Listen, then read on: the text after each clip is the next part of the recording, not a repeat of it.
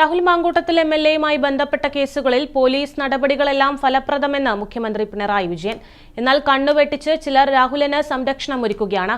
മനസാക്ഷിയുള്ള ആരെയും ഞെട്ടിപ്പിക്കുന്ന വൈകൃതങ്ങളാണ് മാങ്കൂട്ടത്തിലിന്റെ ഭാഗത്തു നിന്നുണ്ടായത്. രാഹുൽ പൊതുരംഗത്ത് നിന്ന് മാറ്റി നിർത്തപ്പെടേണ്ടയാളാണെന്നും മുഖ്യമന്ത്രി പറഞ്ഞു. ലൈംഗിക വൈകൃതക്കാരന്റെ നടപടികളാണ് രാഹുൽ മാങ്കൂട്ടത്തിലിന്റെ ഭാഗത്തു നിന്നുണ്ടായത്. പൊതുരംഗത്ത് നിന്ന് മാറ്റി നിർത്തപ്പെടേണ്ടയാളാണ് മാങ്കൂട്ടത്തിൽ. അത്രയും ബീഭത്സമായ കാര്യങ്ങളാണ് പുറത്തുവന്നത്.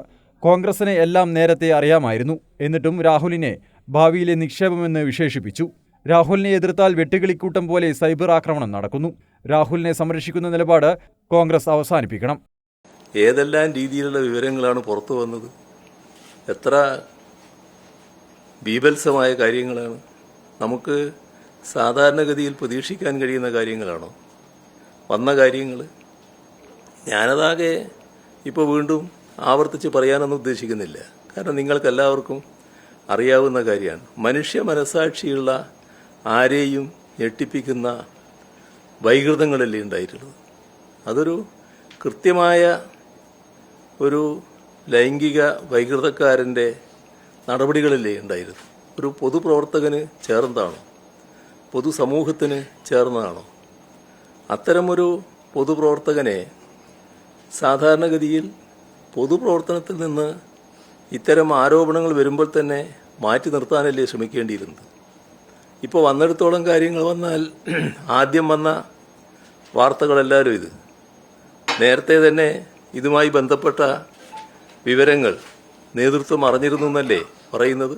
അങ്ങനെ നേതൃത്വം അറിഞ്ഞു കഴിഞ്ഞതിന് ശേഷം ഈ ഭാവിയിലെ നിക്ഷേപം എന്ന് വിശേഷിപ്പിച്ചുകൊണ്ട് അവതരിപ്പിക്കുകയായിരുന്നു വേണ്ടിയിരുന്നത്. കേസിൽ പോലീസ് ഫലപ്രദമായ നടപടികൾ സ്വീകരിച്ചു വരികയാണ്.